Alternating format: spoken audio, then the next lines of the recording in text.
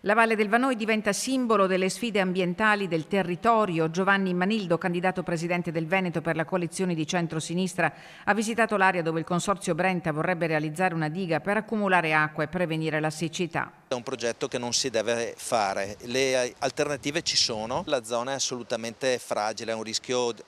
idrogeologico altissimo, il piano urbanistico della provincia di Trento lo classifica P4 ed è assolutamente una zona dove non è opportuno costruire una diga di queste dimensioni. Accanto a Manildo e segretari del Partito Democratico di Belluno e di Trento, il sindaco di Lamon Macagnan, tutti compatti nel ribadire un no deciso all'opera giudicata inutile, dannosa e soprattutto pericolosa per le persone e il territorio. Con tutta la nostra filiera politica, abbiamo il sindaco, c'è il candidato presidente di regione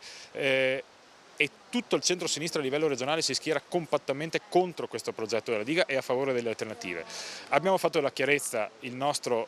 obiettivo, il nostro punto di riferimento in questi 2 anni, in particolar modo su questo progetto, e speriamo che questo serva anche a chiarire le ambiguità del centrodestra, che si dice contrario a Belluno e favorevole a Venezia. La montagna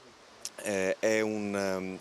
territorio che merita rispetto e il Partito Democratico, sia per parte trentina che per parte bellunese e veneta, ha sempre sostenuto questo concetto e continueremo a portarlo avanti. Siamo qua anche per chiedere di nuovo alle popolazioni della pianura veneta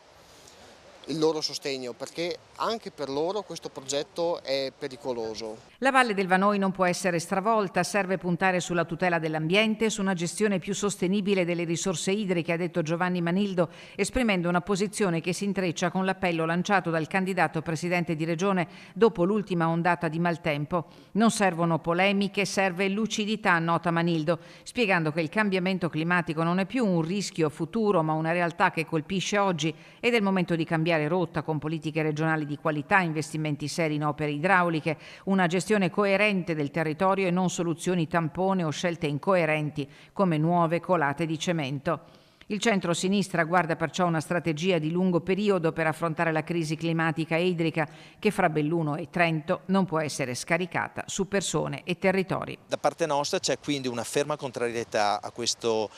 progetto, un progetto che va a intaccare un'area assolutamente fragile senza gli opportuni approfondimenti.